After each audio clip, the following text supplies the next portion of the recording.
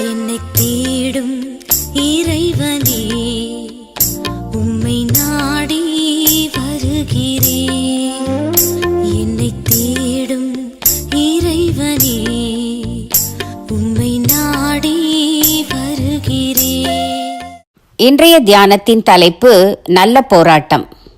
வாசிக்க வேண்டிய திருமறை பகுதி 2 தீமோத்தேயு 4ஆம் அதிகாரம் வசனங்கள் 1 முதல் 8 வரை. நல்ல போராட்டம். நல்ல போராட்டத்தை போராடினேன். 2 தீமோத்தேயு 4:7. பவுலின் வாழ்க்கை போராட்டம் நிறைந்தது.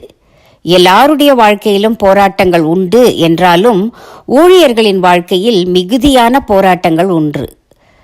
பவுல் அதை பற்றி கூறும்போது, நல்ல போராட்டத்தை போராடினேன், ஓட்டத்தை முடித்தேன், விசுவாசத்தை காத்து கொண்டேன் என்கிறார்.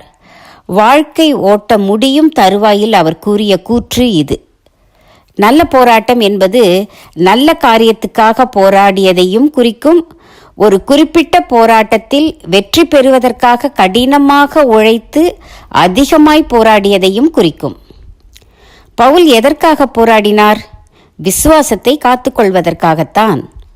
பவுலின் விசுவாசம் மிக உறுதியானது. அதை போராடி காத்துக்கொள்ள தேவையில்லை.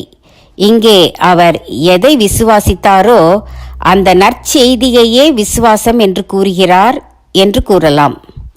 மேலும் அந்த விசுவாசத்தில் கள்ள போதனைகள் எதுவும் கலவாதபடி அதை தூய்மையாகவும் உண்மையாகவும் காத்துக்கொண்டார். அதற்காக போராடினார் என்றும் கூறலாம். முக்கியமாக அவர் கள்ளப்போதகர்களுக்கு எதிராக போராட வேண்டியதாயிற்று. அதனால்தான் நான் உங்களுக்கு சத்தியத்தை சொன்னதினாலே சத்துருவானேனோ என்கிறார். கலாத்தியர் 4:16. விருத்த சேதனம் போன்ற சமய கிரியைகள் எதுவும் தேவையில்லை என்று பேதுரு போன்ற சீஷர்களுடனே போராடினார். சிலுவையை பற்றிய உபதேசத்தை யூதரோ கிரேக்கரோ ஏற்றுக்கொள்ளவில்லை.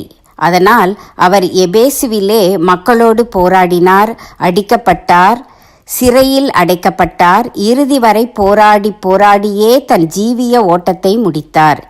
எந்த ஒரு மனிதனுக்கும் வாழ்க்கையில் போராட்டம் இருக்கத்தான் இருக்கும்.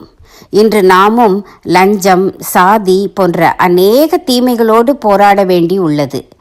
கள்ளப்போதனைகளை தவிர்த்து நல்ல போதனைகளை நாடி நம் பரிசுத்தத்தை காத்துக்கொள்வது அவசியம். நம்மை பலப்படுத்துகிற கிறிஸ்துவினாலே போராட்டங்களில் வெற்றி பெற நமக்கு பலன் உண்டு. நம்மை பலப்படுத்துகிற கிறிஸ்துவினாலே போராட்டங்களில் வெற்றி பெற நமக்கு பலன் உண்டு. தீர்மானம்: பவுலைப் போல நல்ல காரியங்களுக்காக நல்ல முறையில் போராடுவேன்.